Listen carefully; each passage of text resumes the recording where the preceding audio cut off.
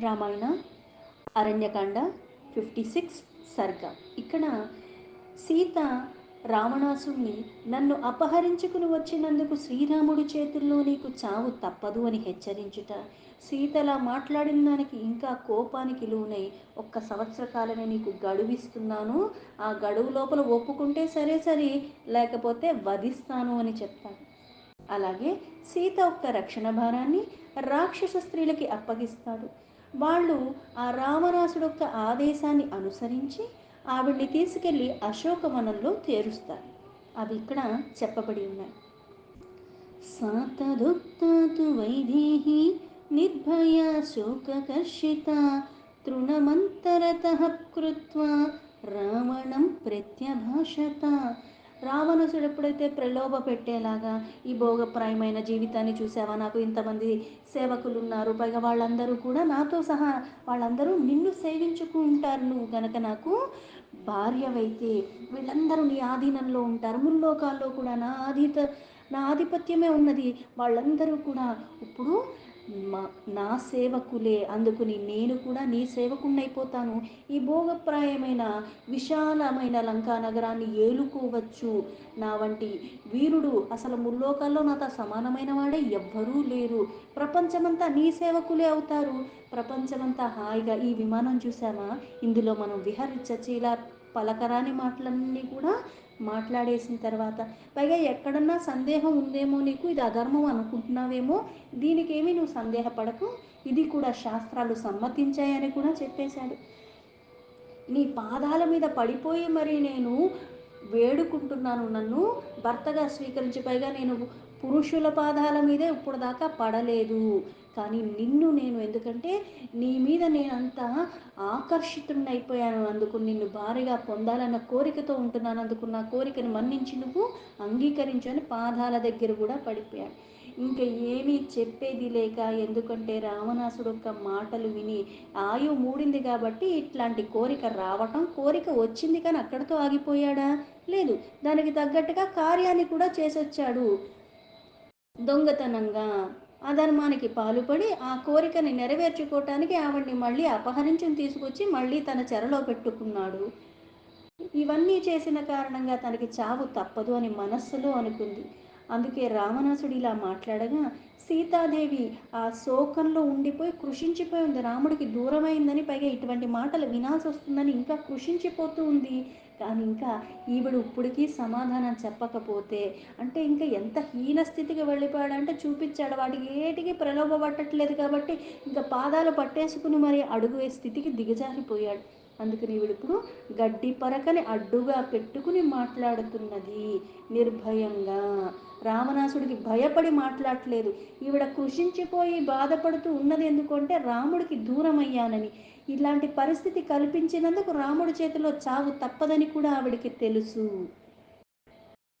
రాజా దశరథో నామ ధర్మసేతురివాచలః సత్యసంధః పరిజ్ఞాతో యస్య పుత్రః స రాఘవః. సుప్రసిద్ధుడైన దశరథ మహారాజు ధర్మపథంలో చాలా స్థిరంగా ఉన్నవాడు, పైగా సత్యానికి కట్టుబడి ఉన్నవాడు, ఆయన యొక్క కొడుకు శ్రీరాముడు. అంతటి ధర్మాత్ముడు ముల్లోకాల్లో ఖ్యాతి చెందినవాడు. అంటే ఇక్కడ ఎటువంటి వంశంలో రాముడు పుట్టాడో తెలుసా, ఆయన తండ్రి ఎంతలాగా ధర్మానికి ఆ సత్యానికి కట్టుబడి ఉంటాడో ఆయనే అంత పేరు తెచ్చుకున్నాడు, ఆయన ఒక్క పుత్రుడైన రాముడు అంతకన్నా ఎక్కువ. అంటే ఇప్పుడు మనం తెలిసి చేసినా తెలియక చేసినా మనం చేసేవన్నీ చూసి మన పిల్లలకి కొన్ని వస్తాయి. ఇప్పుడు కొన్ని మనం ఎంత ధర్మపరంగా ఉన్నా సరే ఇంకో రకంగా వాళ్ళు చేస్తూ ఉంటారు, దానికి మనం బాధ్యత తీసుకునిలేం, అలానే వాళ్ళు చేసే ప్రతిదానికి మనం కారణం అనటానికి కూడా కుదరదు. విధి వైపరీత్యాల రూపంలో కొన్ని జరుగుతాయి, అది ఎందుకు అన్నది కారణం దేవుడికి తెలియదు. మనం ఏ జన్మలో ఏం చేస్తున్నామో, లేకపోతే ఏ రుణానుబంధ కారణంగా మళ్ళీ ఈ రకంగా మనకు వచ్చి తగులుకున్నారో అన్నది మళ్ళీ పరమాత్మకే ఎరుక. అయితే ఇక్కడ ఎంతైతే ఆ దశరథ మహారాజు ధర్మానికి సత్యానికి కట్టుబడి వ్యవహరించాడో అటువంటి ఆయన ఒక్క పుత్రుడు ఈ శ్రీరాముడు. అంటే నా భర్త ఎటువంటి వాడు అని అంత గొప్పగా చెప్తుంది. రామో నామ సధర్మాత్మ త్రిషు లోకేషు విశ్రుతః దీర్ఘబాహుర్విశాలాక్షో దైవతం హి పతిర్మమ. విశాలమైన నేత్రాలు కలిగి ఉన్నవాడు ఆజానబాహుడు, సర్వలోకాలకి ప్రభువైనంటివాడు నా భర్త. సద్వంశంలో పుట్టినంటివాడు అటువంటి మహాపురుషుడికి భార్యనైన నేను అధర్మానికి ఎలా పాల్పడతాననుకున్నావు నువ్వు? ధర్మం అన్నది ఏంటి అంటే, ఇప్పుడు నాకు పరిస్థితులు అనుకూలంగా ఉన్నాయి కాబట్టి నీతులు చెప్తున్నాను, నేను మంచిగా అన్నీ ఆచరిస్తున్నాను. ఇప్పుడు పరిస్థితులు కాస్త తారుమారు అవ్వచ్చు, ఏదన్నా అవ్వచ్చు. అప్పుడు మళ్ళీ దానికి ఇంకా వేరేది చేసేది గతి లేదు కాబట్టి ఇప్పుడు నేను ఈ పరిస్థితుల్లో ఇంకో మార్గాన్నన్నా ఎంచుకుని ఎలా అయినా సరే పబ్బం గడుపుకోవటానికి అని వ్యవహరించేవాళ్ళు ధర్మపరంగా ఉన్నారంటానికి వీలు లేదు. ధర్మం అన్నది నీకు పరిస్థితులు ఏమన్నా రావచ్చు, నీ జీవితంలో ఎట్లాంటి క్లిష్ట పరిస్థితులన్నా ఉండొచ్చు, ఆ సందర్భం ఏదన్నా కావచ్చు, కానీ ఆ ధర్మం మాత్రం ఒక్కటే. కాకపోతే దేశకాల పరిస్థితులకి అనుగుణంగా అన్నారు. కానీ ఇక్కడ ధర్మం అన్నది ఏంటి, ఇంట్లో ఒక రకంగా ఉంటుంది, బయటికి వెళ్ళాక ఒక రకంగా ఉంటుంది. కానీ ఎక్కడైనా సరే నీకైతే ఒక రకంగా, నాకైతే ఒక రకంగా ఉండదు కదా. తప్పు చేసిన వాడు మనవాడైనా వేరేవాడైనా ఎవరైనా సరే శిక్ష ఒక్కటే, అది ధర్మం. నా బిడ్డ అయినా సరే తప్పు చేసినప్పుడు మందలించటమే ధర్మము. అంతేకాని నా బిడ్డ కాబట్టి తప్పు చేసినా పర్వాలేదు అని నేను మళ్ళీ దాన్ని సర్ది చెప్పటం, అలాగే దాన్ని నేను కప్పిపుచ్చటం చేశానంటే మళ్ళీ అది ధర్మం కాదు. ఇచ్చిన మాట కూడా నా ప్రాణాలు పోయేదాకా దానికి కట్టుబడి ఉండ. అంతేగా నాకు పరిస్థితులు బాగున్నప్పుడు మాట ఇచ్చాను, ఇప్పుడు నిజంగా పరిస్థితి బాగాలేదు, ఆ మాట ఇచ్చిందని నేను ఇప్పుడు చేసుకోలేకపోవచ్చు. కాకపోతే పరిస్థితి మెరుగుపడ్డాకైనా దాన్ని నేను చేసే తీరుతాను అన్నట్టు ఉండటం కూడా ధర్మమే. అంతేగాని మళ్ళీ అప్పు తీసుకొచ్చి మళ్ళీ చెయ్యమని ఎక్కడా చెప్పరు. పైగా తనది కాని దాన్ని నెత్తినేసుకోవటం కూడా ధర్మం కాదు. యథాశక్తి, పైగా అందుకే మాటిచ్చిన, ఒక పనికి పూనుకున్న, దేనికైనా సరే ఒక మాట అనే ముందు కూడా, ఒక మాట ఇచ్చే ముందు కూడా ఆచి తూచి చెయ్యమంటారు. మన పరిధి మనకి తెలియాలి. కొన్ని పొగుడుతున్నారు కదా, కొన్ని రకాలుగా కొన్ని మనకి లబ్ధి పొందుతున్నాం కదా అని ఇష్టారాజ్యంగా మాట్లాడకూడదు, ఇష్టారాజ్యంగా ప్రగల్భాలు పోయి అక్కడికి ఏమి మనం చెయ్యకూడదు. ఇక్కడ ధర్మం అన్నది ఎటువంటి పరిస్థితుల్లోనా ఒక్కటే ఉంటుంది. అందుకని ఇప్పుడు నాకు రాముడు ఇక్కడికి రావడానికి వీలు లేకపోయినా, లేకపోతే అసలు రాడనుకున్న ప్రాణాలు తీసేసుకుంటూ తప్పితే, ఇలా అధర్మమైన దానికి పరుడు ఆశపడుతున్నాడని, పైగా నన్ను చంపేస్తాడో అని భయపడిపోయి ఇలా కాని పని చెయ్యటానికి సీతలా ఒప్పుకుంటుంది. అందుకని నేను అటువంటి మహాపురుషుడు యొక్క భార్యని నేను. అందుకని నేను అధర్మానికి పాల్పడతానన్న భావన కూడా, ఆలోచన కూడా నీలో కూడా రానివ్వకు అన్నట్టుగానే చెప్పింది. ఇక్ష్వాకునాం కులే జాతః సింహస్కందో మహాద్యుతిః లక్ష్మణేన సహ భ్రాత యస్తే ప్రాణాన్ హరిష్యతి. సుప్రసిద్ధమైన ఇక్ష్వాకు వంశంలో పుట్టినటువంటి వాడు, పైగా సింహం లాంటి పరాక్రమ కలిగి ఉన్నవాడు, మహా తేజస్వి. ఆయనే కాదు, ఆయన తమ్ముడైన లక్ష్మణుతో సహా ఇక్కడికి రాముడు వస్తాడు. రావటమే కాదు, నీ ప్రాణాలు హరించి వేస్తాడంటే నీ ప్రాణాలు తీసేస్తాడు. ఏదైతే అసాధ్యము అని చెప్తున్నాడో దానికి అది సాధ్యమే. రాముడు రావటమే కాదు, రాముడితో పాటు లక్ష్మణుడు కూడా వస్తాడు, నీ ప్రాణాలు తీసేస్తారు అని చెప్పింది. ప్రత్యక్షం యద్యహం తస్య త్వయా స్యాం దర్శితా బలాత్ శయితా త్వం హతః సంఖ్యే జనస్థానే యథాకరః. నీవు నన్ను బలవంతంగా అపహరించుకుని రావటము, అతని కంటబడి ఉంటే నువ్వు అప్పుడే చచ్చుండేవాడు. కానీ నీవు దొంగతనంగా, పైగా లేని సమయంలో వచ్చి తీసుకుని వచ్చావు. లేకపోతే నువ్వు కూడా కరుణిల్లాగే యుద్ధరంగంలో మట్టి కరిచి ఉండేవాడు ఈ సమయానికి. యైతే రాక్షసాః ప్రోక్త ఘోరరూప మహాబలాః రాఘవే నిర్విషాః సర్వే సుపర్ణే పన్నగాయత. ఘోర రూపములైన ఈ రాక్షసులందరూ కూడా చాలా బలశాలులు అని నువ్వు చెప్తున్నావు కదా, కానీ గరుత్మంతుడి ముందు సర్పంలాగా వీళ్ళందరూ కూడా నా భర్త అయిన రాముడు ముందు దేనికి పనికిరారు, ఏమాత్రము నిలవలేరు. రాముడొక్క పరంపర మొదలైందంటే యుద్ధము. తస్య జా విప్రముక్తాస్తే శరాః కాంచనభూషణాః శరీరం విదమిష్యంతి గంగాకుల మివోర్మయః. గంగా నదిలో తరంగాలు దాని అంటే ఆ నురగల్లాగా శ్రీరాముడు ధనుస్సు నుంచి ఏవైతే బాణాల యొక్క పరంపర వస్తుందో అవి బంగారు పుంకములతో ఉంటాయి. నీ శరీరాన్ని కూల్చివేస్తాయి, కూలగొట్టేస్తాయి. అందుకే రావణ ముల్లోకాల్లో నా అంత బలవంతుడు ఎవరు లేరు, నాతో సమానం ఎవరు లేరు, ఇది అన్నీ చెప్పావు కదా, రాముడి చేతిలో నీకు ప్రాణం పోతుంది. అసురేర్వ్య సురేర్వా త్వం యద్యవధ్యోసి రావణ ఉత్పాద్యాసు మహద్వైరం జీవన్స్తస్యాన మోక్షసే. అసురుల చేతిలో నువ్వు మరణం లేనివాడు కావచ్చువేమో, వారు నిన్ను చంపలేకపోవచ్చేమో, కానీ శ్రీరాముడు తీరని కోపం కలిగించావు నువ్వు, పైగా అకారణంగా నువ్వు ఆ వైరాన్ని పూనుకున్నావు, అందుకని నువ్వు ప్రాణాలతో మాత్రం మిగలలేవు. సతే జీవిత శేషస్య రాఘవో అంతఃకరో బలి పశోరు ఉపగత్సేవా జీవితం తవ దుర్లభం. మిగిలి ఉన్న నీ జీవితము బలశాలి అయిన శ్రీరాముడు చేతుల్లో పరిసమాప్తి. అంటే ఇప్పుడు దాకా ఏ భోగప్రాయమైన జీవితాన్ని అంతా చూపించాడో అవి అనుభవించవచ్చు, ఇవి అనుభవించవచ్చు అని ఇవేవి అనుభవించటానికి నువ్వు ఉండవు. నువ్వు చేసిన ఈ అధర్మ కారణంగా నీ ప్రాణాలు కోల్పోతావు. ఇప్పుడు దాకా అనుభవించాల్సిన అన్ని అనుభవించావు, ఇంకా అనుభవించడానికి ఈ శరీరం మిగల్చడు శ్రీరాముడు. యూపస్తంభానికి బంధింపబడి బలి పశువులాగా ఇప్పుడు నువ్వు నీ ప్రాణాలతో నిలవలేవు. నువ్వు ప్రాణాలతో ఉండటం కూడా అసంభవం. యది పశ్యత్స రామస్త్వాం రోషదీప్తేన చక్షుషా రక్షస్త్వామధ్య నిర్దగ్ధో గచ్చేహ సద్యః పరాభవం. ఓ రాక్షసుడా, శ్రీరాముడు సదా సకల ప్రాణుల పట్ల ఎప్పుడూ జాలి దయ అందరి మీద చూపిస్తాడు, కానీ అధర్మానికి పాల్పడిన వాడిని ఎవరిని వదిలిపెట్టాడు. అందుకే రోషంతో ఒక్కసారి కన్నులు ఎర్ర చేసి చూశాడు అంటే ఆయన చూపుల నుంచి వచ్చే జ్వాలలకి నువ్వు వెంటనే మాడి మసైపోతావు. యశ్చంద్రం నభసో భూమౌ పాతయేన్నాశయేతవ సాగరం శోషయేద్వాపి సా సీతాం మోచయేదిహ.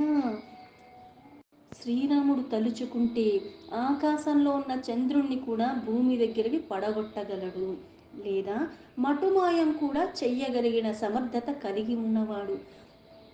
మహాసాగరాన్ని సైతము మొత్తం ఇంకిపోయి అంటే నీరంతా కూడా తొలగిపోయేలాగా కూడా చెయ్యగలిగినవాడు. అలాంటి మహాశక్తిమంతుడు నా భర్త అయిన శ్రీరాముడు కనుక ఆ వీరుడు నీ చెర నుంచి నన్ను తప్పక విడిపింపగలడు. గతాయుస్తం గతశ్రీకో గతసత్వో గతీంద్రియ లంకా వైధవ్య సంయుక్త త్వత్కృతేన భవిష్యతి. పరసతిని అపహరించుట అనేది నువ్వు చేసిన ఈ మహాపాపం యొక్క ఫలితంగా నీ అంటే ఇక్కడ నువ్వు చేసిన ఈ కృత్యం వల్ల నీ దగ్గర ఉన్నవన్నీ కూడా వైభోగాలు కావచ్చు, భోగప్రాయమైన ఇవన్నీ రాజ్యమే కావచ్చు, అలాగే నీ బలాలన్నీ కూడా అంటే నీ సైన్యము, నీ సంపద, చివరికి నీ ప్రాణాలు కూడా పోయినట్టే భావించు. ఇప్పుడు నువ్వు జీవ శవంగాని అంటే జీవించి ఉన్న శవంలాగా ఉన్నాయి, ఇవన్నీ ఉన్నాయని నువ్వేదో ఇంకా ఉంటావని మాత్రం ఆశించకు. నువ్వు జీవచ్చవంలాగే మిగిలి ఉన్నావు. నీ పాపకృత్యాల కారణంగా నీ లంకా నగరము త్వరలోనే దిక్కులేనిదైపోతుంది. నతే పాపమిదం కర్మ సుఖోదర్కం భవిష్యతి యాహం నీత వినాభావం పతి పార్శ్వాత్వయామని. ఓ రాక్షసుడా, దండకారణ్యంలో భర్తతో హాయిగా నివసించే నన్ను నీ మాయా ఉపాయాల చేత నా భర్త నుంచి దూరం చేసి నన్ను ఇక్కడికి తీసుకొచ్చి బాధిస్తున్నావు ఇద్దరినీ కూడా. ఆ పాపానికి ఫలితంగా నీకు ఇంకా సుఖశాంతులు కరువు అవుతాయి. సహీ దేవత సంయుక్తో మమ భర్త మహాద్యుతి నిర్భయో వీర్యమాశ్రిత్య శూన్యే వసతి దండకే. నా భర్తైన శ్రీరాముడు మహా తేజస్సంపన్నుడు, దైవ బలము కలిగి ఉన్నవాడు. ఇక్కడ లేనిది చెప్తున్నట్టుగా అలా అనిపిస్తుంది కాస్త. ఎందుకు ఇంతలా చెప్పేస్తుందేమో అని అనుకోవచ్చు. కానీ ఇక్కడ మనకి కథ అంతరికీ తెలుసు. కాకపోతే ధర్మాన్ని నువ్వు ఎప్పుడైతే పట్టుకుంటావో నీకన్నీ అనుకూలంగా ఉంటాయి. ఆ సమయానికి నీకు అక్కడ వెంటనే నీకు అనుకూలంగా కనిపించకపోవచ్చు. కానీ ఆ ధర్మాన్ని నువ్వు పట్టుకున్న కారణంగా, ఆ ధర్మాన్ని విడవకుండా ఎటువంటి క్లిష్ట పరిస్థితులు వచ్చినా ఉన్న కారణంగా సర్వము నీకు అనుకూలంగానే ఉంటుంది. అందుకే ఎప్పుడైనా సరే మనకి పరిస్థితులు అనుకూలంగా ఉంటే ఒకలాగా, అనుకూలంగా లేని కారణంగా అడ్డదిడ్డంగా వ్యవహరిస్తూ ఉన్న వాళ్ళ దగ్గర సంపత్తి బాగానే ఉందని, వాళ్ళు భోగప్రాయమైన జీవితాన్ని గడుపుతున్నారు అని మనం ఏమీ ఆలోచించక్కర్లేదు. ఎందుకంటే ఆ భోగం అనేది క్షణికం లాంటిది. ఎలా అయితే వచ్చిందో అలా పోవటానికి కూడా పెద్ద సమయం ఏం పట్టదు. కానీ ఇలాగ ధర్మాన్ని పట్టుకు ఉన్న కారణంగా నీ యొక్క నామం ఎప్పుడు చరిత్రలో మిగిలిపోతుంది. పైగా నువ్వు ఆదర్శప్రాయమైన మార్గాన్ని ఇంకా నలుగురికి నిర్దేశించే స్థితిలో ఉంటే కానీ కూడా నీ ధర్మాన్ని నువ్వు పట్టుకుని నువ్వు వ్యవహరించింది మిగిలిపోతుంది. అందుకే కొన్ని కొన్ని అంటారు, నేనన్నదాన్ని కాలక్రమంలో వస్తాను, వెళ్ళిపోతాను, మరణిస్తాను. మరణించకుండా ఉండేది అసాధ్యం. వెళ్ళిపోతాను కానీ నేనేవైతే పనులు చేసి ఉన్నానో అది మిగిలిపోతూ ఉంటాయి. ఆ మిగిలిపోయినవి కూడా ఎలా ఉండాలి అంటే కీర్తి ప్రతిష్టలని ఇంకా వృద్ధి చేసేలాగా ఉండాలి. అవి మళ్ళీ ఆదర్శప్రాయంగా ఇంకొకరికి కూడా ఒక మార్గాన్ని నిర్దేశించే విధానంగా మన నడవడిక ఉండాలి. తప్పులు చేయటం సహజం, తెలిసి తెలియక చేస్తూ ఉంటాం.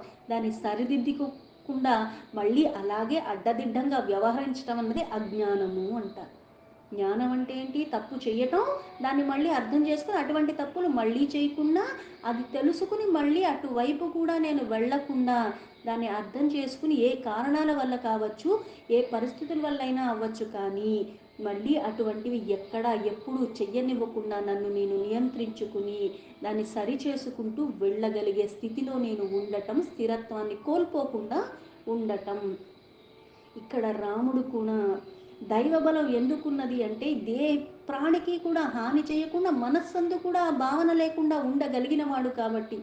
అవతార పురుషుడు అని అవన్నీ పక్కన పెడితే, మానవ జన్మ తీసుకున్న తర్వాత తెలిసి కానీ తెలియకుండా కానీ, పైగా తన పట్ల హాని వ్యవహారం చేసిన వాళ్ళ పట్ల కూడా దయ చూపించగలిగిన వాడు. అందుకే ఇంతకుముందు లక్షణాలు ముందు చెప్పేటప్పుడు ఏం చెప్పారు?